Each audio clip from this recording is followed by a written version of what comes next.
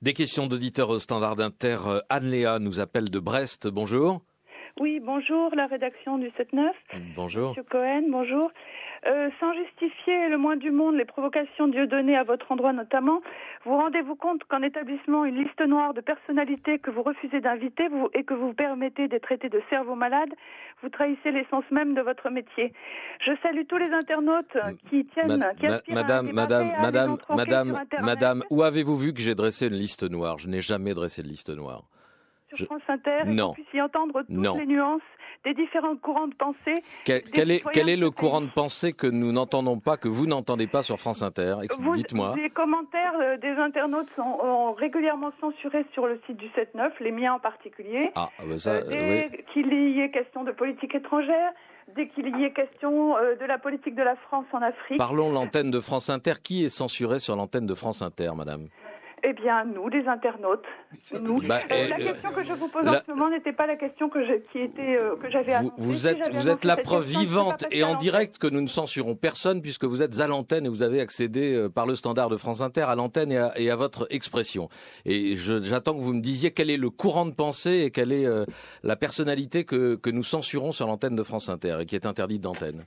Pardon ? J'attends la réponse. Quel est l'invité que vous souhaiteriez avoir lundi matin? Vous avez déclaré à la télévision que vous n'inviteriez pas Nab, Soral, Dieudonné. Et vous souhaitez vous que Dieudonné et que Alain Soral soient l'invité de la matinale de France Inter, par exemple? Écoutez, quel serait le débat? Quel serait le thème du débat? Je ne défendrai pas particulièrement ces personnalités. Mais vous souhaitez les entendre? Je souhaite entendre sur France Inter personnalités. Il y a Monsieur Chouard, par exemple. Il y a plein de citoyens de ce pays qui posent des questions extrêmement justes sur les modalités de la représentation, sur les traités qui sont négociés dans notre dos et qui ne font jamais l'actualité. Et nous n'en parlons jamais. Très rarement, trop rarement.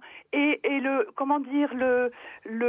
coup de projecteur qui est mis sur cet humoriste qui monopolise tous les débats en France n'est absolument pas révélateur des préoccupations profondes d'une majorité de Français. Et par conséquent, c'est complètement disproportionné. Et je me demande quel intérêt ce gouvernement peut avoir à limiter la liberté d'expression, alors que c'est une liberté fondamentale et qu'elle fonde la démocratie. Je me demande... je pense qu'il se décrédibilise profondément et c'est dommage. Eh bien, sur l'antenne de France Inter, nous ne limitons pas et jamais la liberté d'expression, sauf pour les personnes qui ont été condamnées par la loi. C'est la règle. Merci d'être intervenu sur l'antenne. Un autre auditeur, peut-être Patrick, qui nous appelle de Bordeaux. Bonjour Patrick. Oui, bonjour Monsieur Cohen, bonjour à vos invités. Pardon.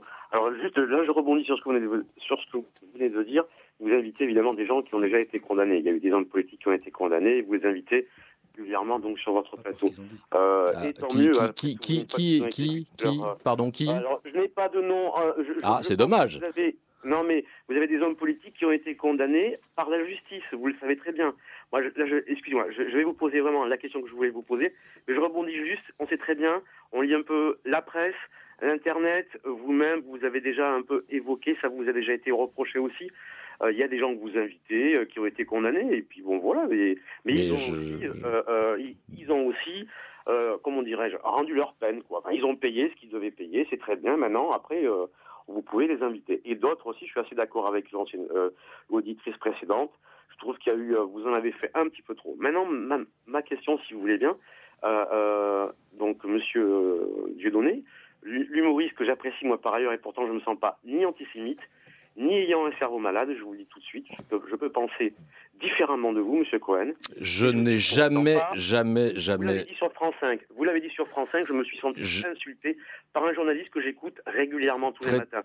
Il faut aussi que vous puissiez accepter ça. Je n'ai jamais parlé des partisans ou des spectateurs de Dieudonné dans quelque façon que ce soit. Les gens qui sont complotistes, les gens qui développent des tests complotistes de Monsieur Dieudonné. Moi, je considère qu'il ne développe pas des tests complotistes. Et pourtant, j'aime bien M. Dieudonné. Je ne suis pas toujours d'accord avec ce qu'il dit, la manière dont il le dit. Vous pensez qu'il n'est pas complotiste? La liberté d'expression. Alors, ma question, si vous voulez bien... Oui, je vous écoute. Alors, est-ce que, après donc, la décision du Conseil d'État, Monsieur Dieudonné peut exercer un recours devant une institution européenne, alors je ne sais plus si c'est la Cour de justice européenne ou la Cour européenne des droits de l'homme, je ne sais plus, pour faire invalider l'arrêt donc du Conseil d'État, qui a été quand même pris par un seul homme, qui a eu les mêmes pièces du dossier que le même homme seul devant le tribunal administratif de Nantes. Effectivement. Donc là, à un moment donné, il y a aussi quelque chose qui... Je vous remercie de m'avoir écouté et j'espère que j'aurai la réponse concernant les droits futurs de monsieur. Vous allez l'avoir immédiatement, Patrick. Merci d'avoir appelé. Patrice Spinozzi. La question est assez simple. Évidemment, il existe un recours et je crois que les avocats de monsieur Dieudonné ont déjà exprimé l'idée de l'exercer. C'est le recours à la Cour européenne des droits de l'homme qui garantit la liberté d'expression et qui statuera alors avec un peu de temps puisqu'il faut 3 ou 4 ans pour qu'elle puisse intervenir. Mais le débat sera très certainement âpre là aussi devant la Cour européenne des droits de l'homme. Chaque juge peut avoir son appréciation, c'est ce que vous le relevez d'ailleurs, en disant que le tribunal a eu une opinion et que le Conseil d'État en a eu une autre, et la Cour européenne aura la sienne. Mais pour autant, ce que je peux vous dire, c'est qu'il y a un débat au sein de la Cour européenne sur les limites possibles à la liberté d'expression et qu'on n'est pas du tout face à un recours qui est sûr de prospérer. Il y a d'ores et déjà eu un certain nombre de décisions rendues par la Cour européenne des droits de l'homme qui ont validé des condamnations de propos qui étaient des propos antisémites en considérant qu'il y avait une atteinte légitime à la liberté d'expression par ces interdictions. Merci Patrice Spinozzi, merci à vous Pierre-Olivier qui venait de prendre la tête, je le rappelle, du barreau de Paris, bâtonnier du barreau de Paris, d'être venu participer à cette émission ce matin. Restez